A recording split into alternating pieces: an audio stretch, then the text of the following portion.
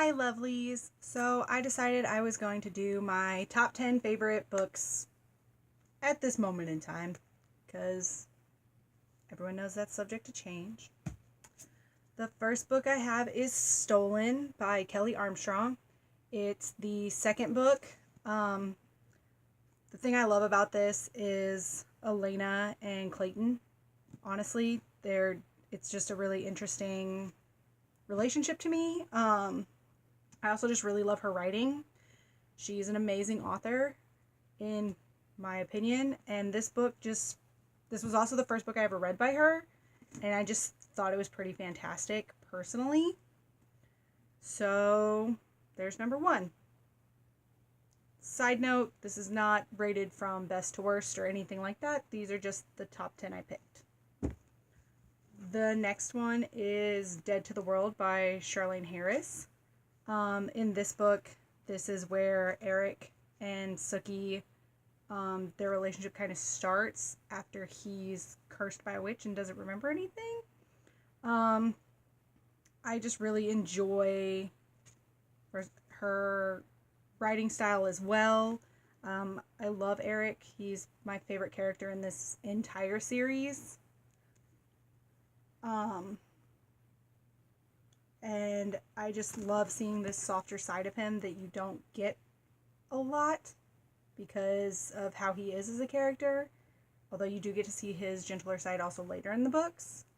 But this was my favorite intro to him.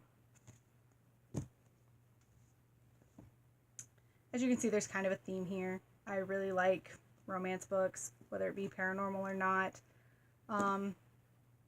That's just me personally. I mean, I read other things. There's a lot of different styles of books that I read, but they tend to lean more towards romance. The next book is my absolute favorite by Sherilyn Kenyon. It's Night Pleasures. It's Kieran and Amanda. I love the interactions. I love how they met because it's such a ridiculous way to end up with somebody.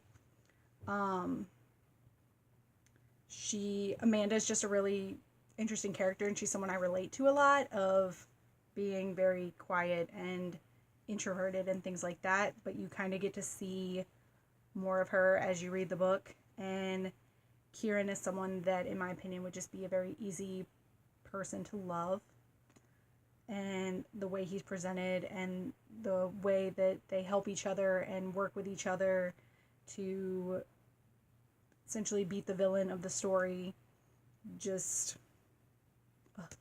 pulls at my heartstrings. The other book I have by Sherilyn Kenyon is Night Play, which is Vane and Bride.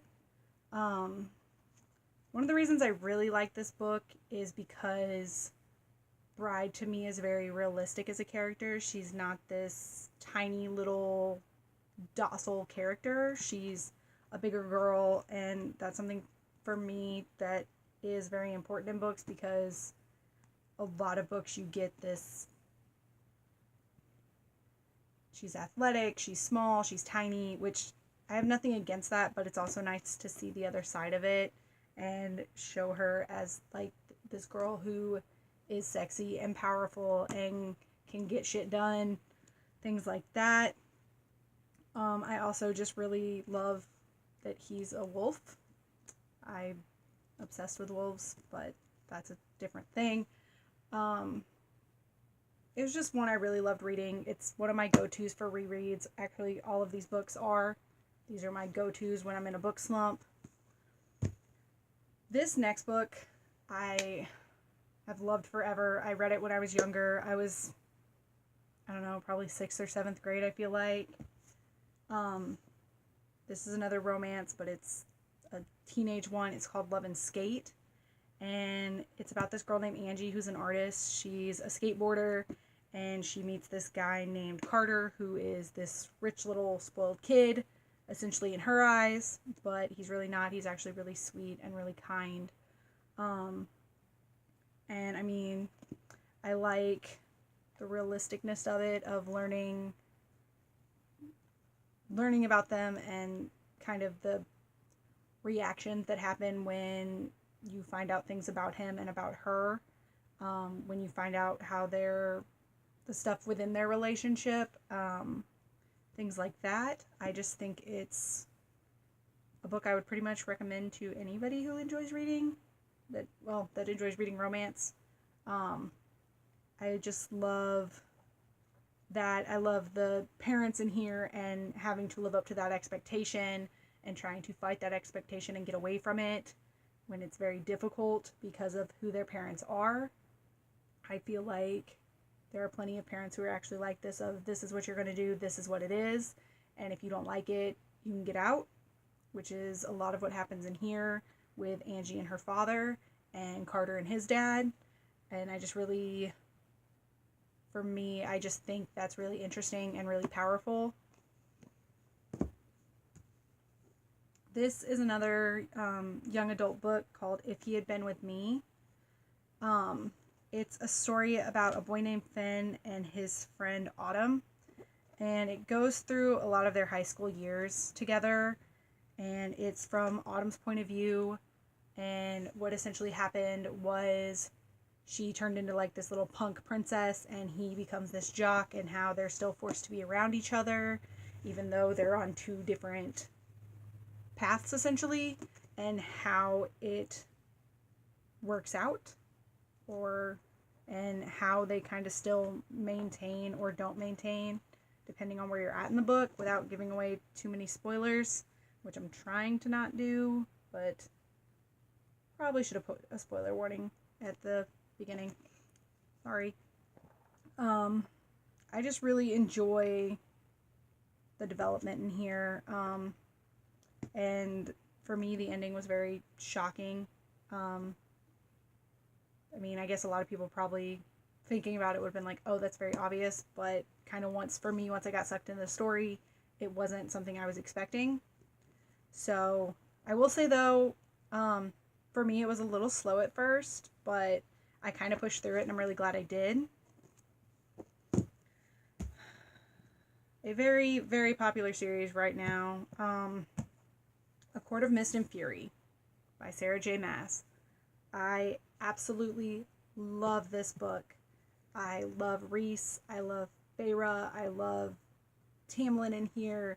And I love the development that Sarah J. Maas does with them. Of as much as I love these books that I've mentioned, some of them I struggle with because it's, oh, your first love, and oh, they're going to be together forever, and that's nothing against these books, because obviously I read those books and I love those books, but the great thing about her is that that's not true. Your first love isn't going to be your only love. You meet plenty of people, and that's not to say it doesn't happen that way, because it can, but it's very rare. And I just really enjoy the depictions in here, and the way they show her depression and how she deals with it or doesn't deal with it, how relatable it is for me of dealing with those things, and it's hard, and it's not easily fixable, and it's learning how to cope with those things and not just relying on yourself or just glossing over it, because it does happen. It's just, also, this author is just the queen, in my opinion, at this point in time. I love her books. I'm so excited for the next one to come out. And then, along with Sarah J. Maas, Heir of Fire. I love this book so much. Another thing, because it's realistic in your first love is not your only love. She has multiple people she falls in love with, and how you handle that. And I've gotten into this habit now, which right now you can just see it with this book, of marking scenes that I absolutely love, because I refuse to highlight in my books. I don't like the way it looks for me. Like, I just kind of mark things so that if I can go back and just be like, oh yeah, this scene, this is perfect. And when I first started this book, it was very hard for me with her relationship with Rowan developing, because I was all about Chaol. I wanted her with him. I wanted them to fix it. Obviously that doesn't happen at all. and Rowan did eventually grow on me. I enjoy the fact of how strong he is and how he pushes her. And again, it shows a very realistic way of dealing with grief and sadness and learning, again, how to cope with those things, because they're not easy things to deal with. And the development in here and the transformations that you see with her are just amazing to me. The next one I have is City of Lost Souls by Cassandra Clare. She's another author that I'm very much obsessed with. I've loved pretty much all of her books that I've read. This one is my absolute favorite in the Mortal Instruments series, due to Jace and Clary and Sebastian, because I remember the first time when I very first read this book of thinking, what if Clary's right? What if this is him and he's happy? And thinking Sebastian could be redeemable as a character, and the way that she flips that so quickly and so effectively, and being heartbroken while I'm reading this because it's Jace but it's not Jace, and understanding like Clary's thought process within it, and seeing Isabel and Simon's relationship develop just made me so happy. That was a huge ship for me. I wanted them together so badly because I love them together, and I love the premise of it and the things that they deal with in these books. I just enjoy. This is another book that I will reread multiple times. I was really excited that I got my husband to read these books, and he really liked them. It made me very happy, and I loved the development with Sebastian and seeing this other side of him that was similar to Valentine but wasn't, because he's darker, which was very impressive to me, because I remember reading these books as a teenager and being like, oh no, Valentine's the worst, until you meet Sebastian. And the very last book is also by Cassandra Clare, and it's Clockwork Princess, which is the Infernal Devices series. This book made me cry, ugly cry, hard, because of Jem and Will and Tessa. And Jem is my absolute favorite in these books. I love him as a character. I think he's an amazing character.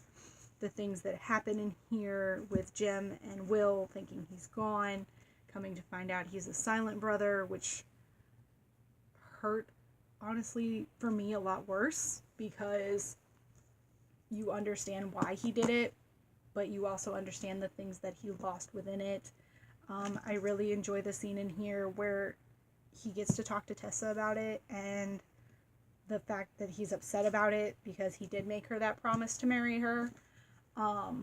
Things like that, to me, just really tug at the heartstrings. And the epilogue in this book, which I can't speak for everyone, I know I cried, my friends who read it really cried, and just getting that chance to fall in love with these characters, I wanted more, even though there was really nothing else to say, because you can't just keep a book going forever, because eventually you run it into the ground.